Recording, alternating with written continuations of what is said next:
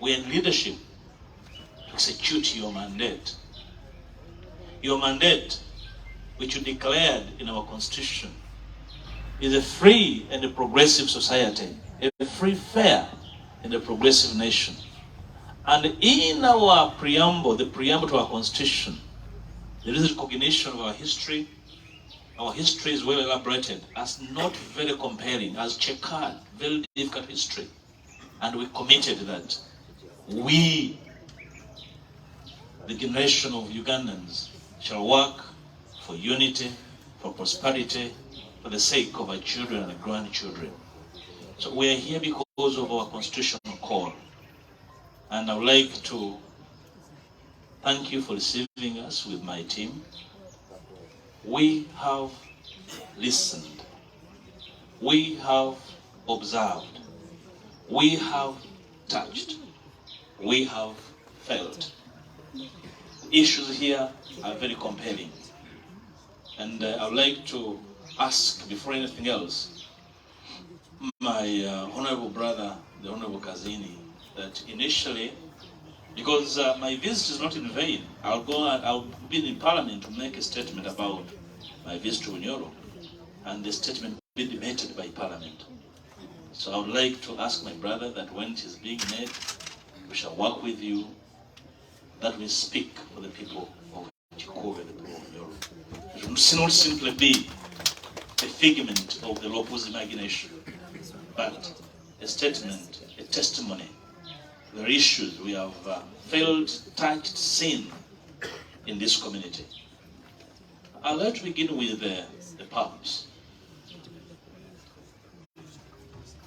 Certainly, the issues we raised are legitimate.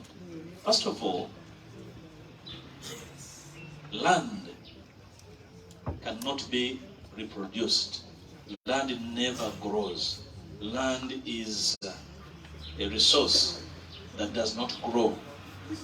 And every day that passes, the value of land goes up. One of the very biggest mistakes that was made, I will not apportion the blame today, but a mistake was made. Our common people should have been helped from day one to understand the value of their land. If that was done, we would not be speaking about people not having their land valued after 2 years. The law is very clear. I am a lawyer, my brother Kabushia is a lawyer, I probably think we have other lawyers here. It's very clear. After 2 years, land must be valued. So if you value me today and you pay me after 2024, it must be another value. So if leaders are not being helpful, that's most disturbing. They're either in connivance or actually they don't love their people. So those who have refused to be paid before evaluation, you are right. Do not accept. I want to make you not accept to be abused, to be insulted. Just like the old man said, I forget his name, that small piece of land you have is all that you have. You know, you have lost. You can't use them. You can't use the money to go and buy land elsewhere. That should be an awakening call that actually, whereas you believe that you gained, you actually lost. My feeling is that we shall all eventually benefit from oil when the oil comes. But look, it will not benefit the dead. It will not benefit the displaced. It cannot benefit the disenfranchised. It will not benefit people that are living in camps. So the communities must be settled. And this brings me to the most compelling issue of the EU, ECOP and human rights and attendant issues. Friends, this country is for all of us. Nobody loves it any less, and no one loves it any more than the other. The only distinction is that we play different roles because God in his choosing entrusted us with different obligations on behalf of the people. Do the Europeans love us more than we love ourselves? I guess no. But are they blind? Are they stupid? No. To speak about some of the issues? In fact, some of the issues they talked about, I found them here, implying that on one leg they were actually right. When you speak about human rights, it does not mean beating the opposition alone. It includes not compensating people in time and their due value.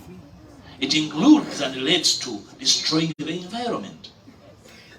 I don't want Bunyoro to suffer the indignity of what Busoga suffered because of sugarcane. We do not want the people of Bunyoro to lack food tomorrow. Therefore, the environment is even more important than oil and gas. So it must be protected. So that's a very serious matter. The question of the day is that the issues they raised must be put on a balance, and we discuss them, although they're not obtained as leaders. It does not make sense for us to disregard them. There should be an eye open and say, do they hold sense? They're not going to come and take our oil, it's not theirs. They're not going to come back and recognize us. No, we are the leaders of our people. We cannot accept neocolonialism. We cannot accept to be recolonized. But at the same time, we cannot allow black colonizers in our community. What I have heard here is that some black people, some Ugandans, have decided to colonize fellow Ugandans here. Yes. That's what I have heard. That's right. Yeah. So we have black colonialists in our midst. Yes. So how can citizens sleep in camps, displaced from their land, just like the whites did when they were constructing the railway? And the ministers come to visit. You know? So we have colonizers in our skins, our own kin and kin. So there are the issues. These are the issues we must address as leaders without hiding our heads in the sand. There is a problem, and the problem must be addressed square on. Let's think about other human rights, like beating and incarcerating and forcing people to disappear. Is that a good thing? No. So can you exchange your son for a barrel of oil? No. No. So should the Ugandans be maimed and killed so that we can have oil? No. That's what I'm saying. That the issue of the day, that when issues are raised, we must discuss them with openness and sobriety. Very sober. Without emotions, we evaluate whether these issues hold sense, hold water or not. So the Europeans can have their talk, we shall have the final decision. And we are saying, in the pursuit for oil, we should not lose our environment. In the pursuit for oil and attendant benefits, the people must be compensated. In the pursuit for oil, nobody should use their power, their positions, to force others in their beliefs. Just because you have power and therefore I should not speak, because you want to go and extract oil, so I have no space in this country because you are in power. That should never be the case. I must speak. If you have a superior idea, you have reason to force people to disappear, please come and say it on TV. Please call Erara at Kololo and tell us why people's children are being maimed, why they are kept in safe houses, why they are not taken to court after 1 year, 2 years. Those are very compelling human rights issues. Let me speak about the issue of compensation. I have heard, I think it was the LC5 chairperson, if I have not forgotten, who said that one of the things they are trying to enforce is to make sure where citizens, communities had graveyards, the dead are properly buried. What they already say. Oh yeah, that's a very good thing. In every community, in every project, there's what we call the social cost of adjustment. Okay? So when you buy his piece of land and his house, means that he's moving. When he next buys land, his son, his grandson and daughter may not have the same land in the same locality. So you are disfiguring social configuration. Okay? You are making families separate. So that is also valued. The social cost of adjustment should have been considered while constituting the cost of the pipeline and oil wells. So we are people valued in terms of social cost. These are very, very serious issues. And because, yes, I understand that the government was in a hurry to have oil out, which is a very good thing. When you have oil, the economy will grow, we shall reduce dependency, but do not hurry to make long-lasting mistakes. So the community is lost because they were not compensated in terms of social cost of adjustment. That's why all these remain compelling. But I will tell you, after my tour, I'll speak for you. I'll be your voice on these issues.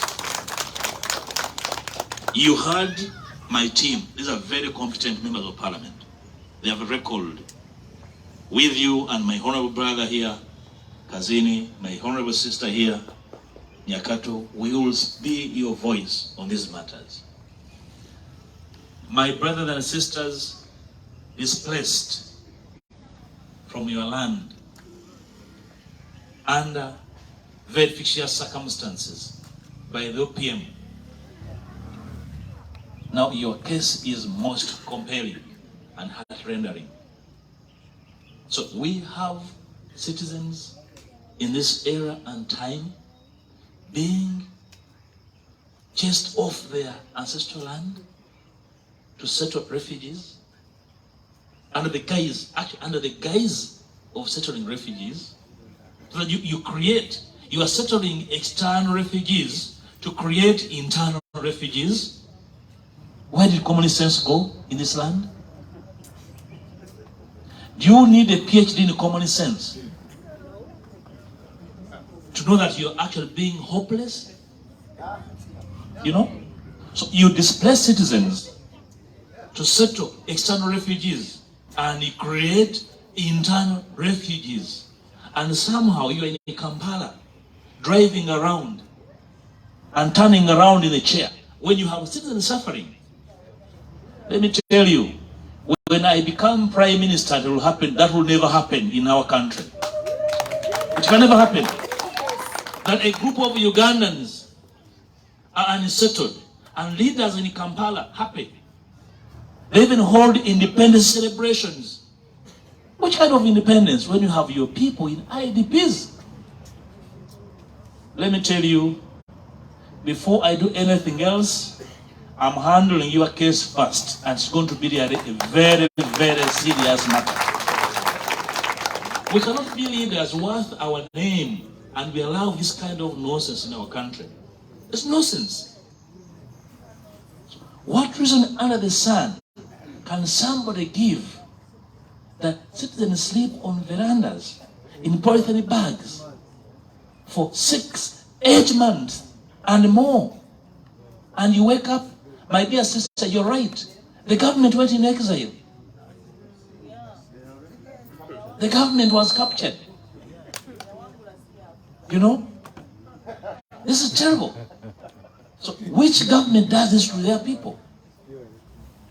I want to thank you, my brother, the RDC, for what I have heard, for caring. I know how far you can go.